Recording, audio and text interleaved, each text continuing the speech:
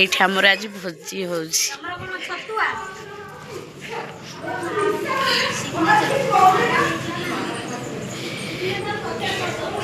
ଏଇଠି ଛୋଟିଆ ରୋଷେଇ ଘରଟେ ନା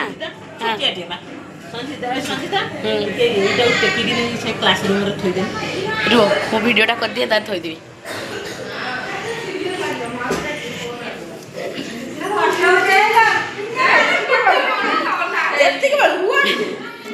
ଖାଲି ନର୍ମାଲ ଟିକେ ଭିଡ଼ିଓ ଉଠେଇବା ଯୋଉ କଣ ସେଟା ଗ୍ରୁପ ଫଟୋ ଉଠେଇବା ଗୋଟେ ଆଉ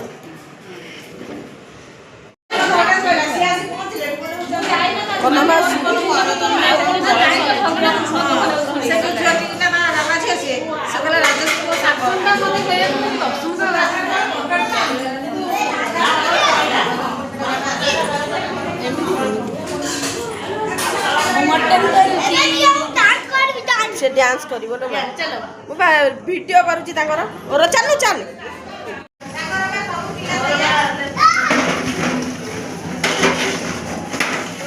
आम रोसिया मिस संचिता मैडम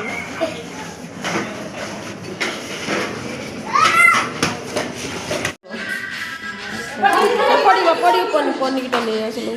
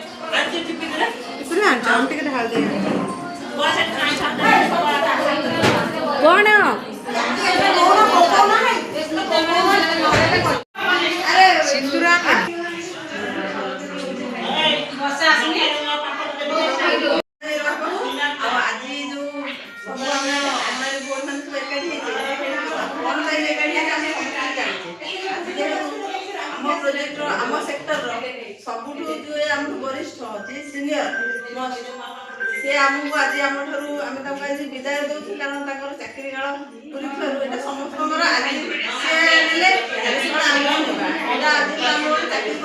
चाकरी नियम हूँ आम दिने चाकरी जोग बाद देवा तेणु यहाँ भी किसी साधारण जिन किसी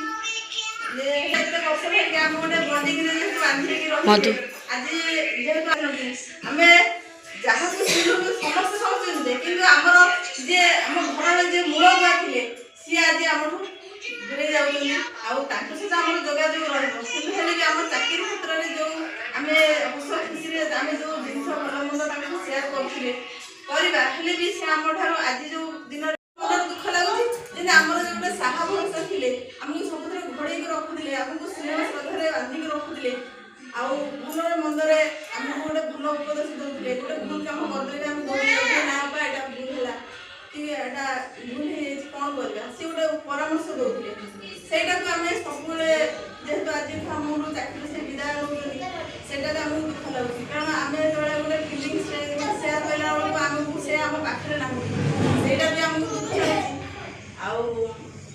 चाकरी काल भर तो सी माने खाली आम सेक्टर स्तर नुह प्रोजेक्ट स्तर में भी से समस्त को स्नेहर बांधिक रखी जहाँ गोटे प्रोजेक्ट लेवल हो कारण मु यूनियन लीडर हिसाब से भी मुझे सब मीटिंग अटेंड करे जेकोसी जिते आम यूनियन लीडर थे भी से जहाँ भी समस्या आसिले से सब यूनियन लीडर माने आग कन दीदी मैंने कन दीदी को धरती माने कौन कौन परामर्श नेबा कौन करवा सबुथिरे से भल मंद सबूर गोटे परामर्श आमको दौले आईटा आमको दुख लगुच जेहेतु आज आम से दूरे जाऊँगी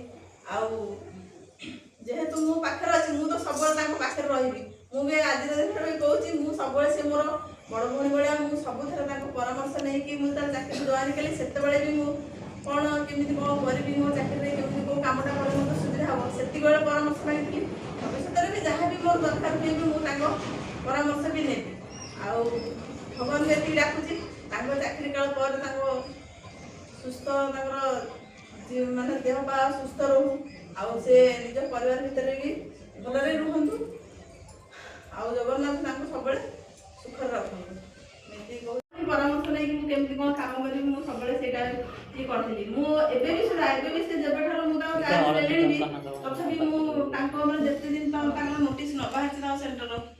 କେମିତି କରିବି ମୋତେ ବି ସେଟା ଭାବିଲେ ଟେନସନ୍ ଲାଗୁଛି। କାରଣ ଦାୟିତ୍ୱ ନେବାଟା ବଡ଼ ଜିନିଷ ନୁହଁ, ତାକୁ ତୁଲେଇବାଟା ହେଉଛି ବଡ଼ ଜିନିଷ।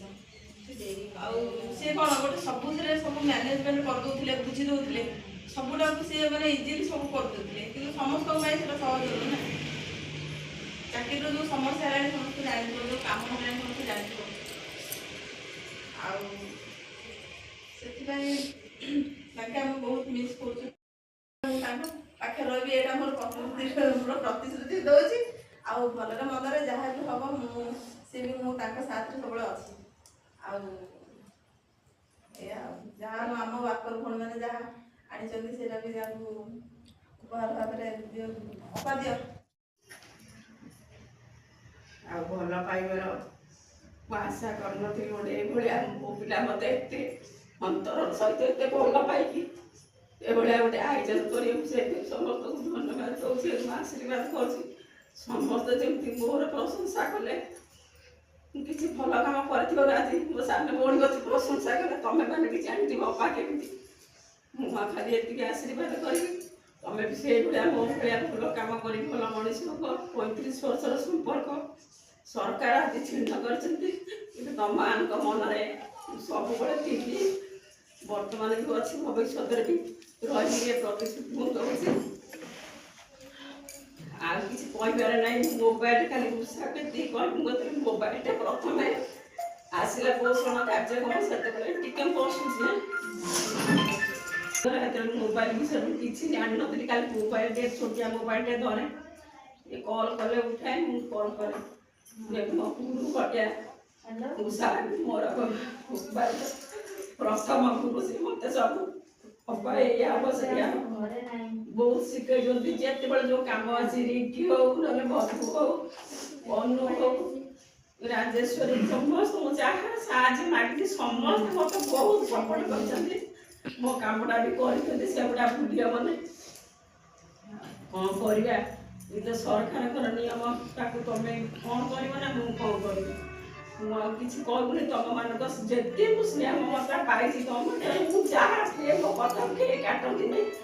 ମାନେ ଘରର ମୁରବି ଭଳିଆ ମୋ କଥାକୁ ସମସ୍ତେ ଆଜ୍ଞା ଦିନ ପୁଅ ଝିଅ ଭଳିଆ ମାନି ନେଇକି ମୋତେ ସେ ବର୍ତ୍ତମାନ ସେତିକି। ଆଉ ତ ସେ ତା ସ୍ନେହ ମମତା ଭଲ ପାଇବା ଦେଇଛ, ସେଇ ସ୍ନେହ ମମତା ଭଲ ପାଇବା ମୋ ପ୍ରତି ସବୁଦିନ ଥାଉ। ମୋର ବି ତମ ପ୍ରତି ବଞ୍ଚିଥିଲା ପର୍ଯ୍ୟନ୍ତ ଏମିତି ତମକୁ ଦେଖିଲେ ବାଟରେ ଘାଟରେ ମୋର ଯେତିକି ମୋର କର୍ତ୍ତବ୍ୟ ଯେତିକି ଯାହା କରିବା କଥା ସ୍ନେହ ମମତା ଦେବା କଥା ଦେବି। ଆଉ ଭଲ ୱାର୍କର ହେଇକିରି ଯେମିତି ମୁଁ 35 ବର୍ଷ ରହିଲି, ସେଠି କଥା କହିପାରିବି ନାହିଁ। 2 ଥର ମୁଁ ବେଷ୍ଟ ୱାର୍କର ଆୱାର୍ଡ଼ ପାଇଛି, 3 ଥର ବିଭିନ୍ନ ସଂସ୍ଥାରୁ ବି ମୋତେ ଆୱାର୍ଡ଼ ଭଲ ବେଷ୍ଟ ୱାର୍କର ବୋଲି ଦେଇଛନ୍ତି। ସମସ୍ତେ କୁହନ୍ତି କନକ ଧର୍ମଶାଳାରୁ ପଳେଇଲେ ଦୀପ ଲିଭିଯିବ। ଯେତେ ସିଙ୍ଗିତ ଯାଇଛନ୍ତି ସମସ୍ତେ କୁହନ୍ତି କନକ ତମେ ପଳେଇଲେ ଲିଭିଯିବ।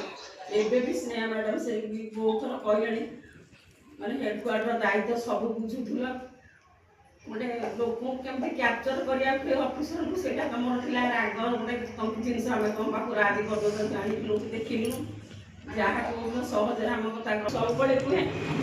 ଅନ୍ୟ ପିଲାମାନେ କୁହନ୍ତି ଜାରକା ସେକ୍ଟର ପିଲା ଗୋଟେ ଗୋଟେ ସୁପରଭାଇଜର, ସବୁ ଗୁଣରେ ଜାରକା ସେକ୍ଟର ପିଲା ଖାତା ପତ୍ର ଆରମ୍ଭ କରି କାମରେ ଯେମିତି ତମେ 1 ନମ୍ବର ଆମ ପ୍ରୋଜେକ୍ଟରେ ଅଛ। ସ୍ନେହା ମ୍ୟାଡ଼ାମ୍ କେତେବେଳେ କେମିତି ରାଗି କ'ଣ କହୁଛି ସେଇଟା ବଡ଼ କଥା ନୁହଁ, କିନ୍ତୁ ସବୁ ସୁପରଭାଇଜର ମାନେ ବି ଜାଣିଛନ୍ତି ଜାରକା ପିଲା ହେଉଛି ପିଲାଙ୍କ ଭିତରେ 1 ନମ୍ବର। ସିଏ ସବୁ ତାଙ୍କ ଜ୍ଞାନ ତାକୁ ମାନୁ, ସେଇ 1 ନମ୍ବରଟା ଯେମିତି ବଜେଇ ରହିବେ ଏତିକି ତମମାନଙ୍କୁ ଅନୁରୋଧ କରିବି।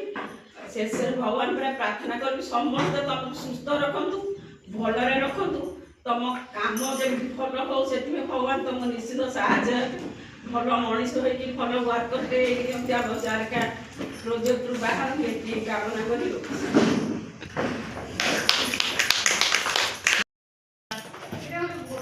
ଆଜି ଜଣେ ଆମେ ତ ଆମର ଘରର ମୁରବୀକି ଆମେ ବିଦାୟ ଦେଉଛେ, କିନ୍ତୁ ତାଙ୍କ ବିଦାୟ ସଭାରେ ଆମେ କିଛି ବି ଦେଉନା। ଏଇଟା କେବଳ ଆମେ ଟିକେ ଆମ ସ୍ୱଜନ ଦୃଷ୍ଟିରୁ ଦେଉଛନ୍ତି, କିନ୍ତୁ ଆମେ ତାଙ୍କ ପାଇଁ କିଛି ବି ସେ ଯେତିକି ଆମକୁ ସାହାଯ୍ୟ କରନ୍ତି କିଛି ବି ଆମେ ସେଇଟା ପୂରଣ କରିପାରିବାନି। କାହିଁକିନା ମୁଁ ତାଙ୍କ ସାଙ୍ଗରେ ପ୍ରଥମରୁ ଅଛି। ସବୁବେଳେ ଯେତେବେଳେ ଯାହା ଆସୁ ଯେତେ ରାତିରେ ଫୋନ୍ କଲେ ବି କ'ଣ ଘରେ ଉଠେଇବି। କାହାର ଗୋଟେ ସମସ୍ୟା ହେଇଛି କହିବେ ହଁ ଏଇଟା କ'ଣ ହେଉଛି ସେଇଟା କରିଦେବା। ଯେତେବେଳେ ମିଟିଂରେ ବି ଆମେ ପଦେ କଥା କହିପାରୁନଥିଲୁ, ସିଏ କିନ୍ତୁ ସମସ୍ତଙ୍କ ପାଇଁ ଇଏ କରିବେ। ମୁଁ ଆଉ କିଛି କହିପାରୁନି, ତେଣୁ ତାଙ୍କ ପାଇଁ ଆମେ ସମସ୍ତେ କିଛି କିଛି ଜାଣିନୁ, ଖାଲି ଗୋଟେ ସଜନ ଦୃଷ୍ଟିରୁ ଆଣିଛୁ, ଗ୍ରହଣ କରିବେ।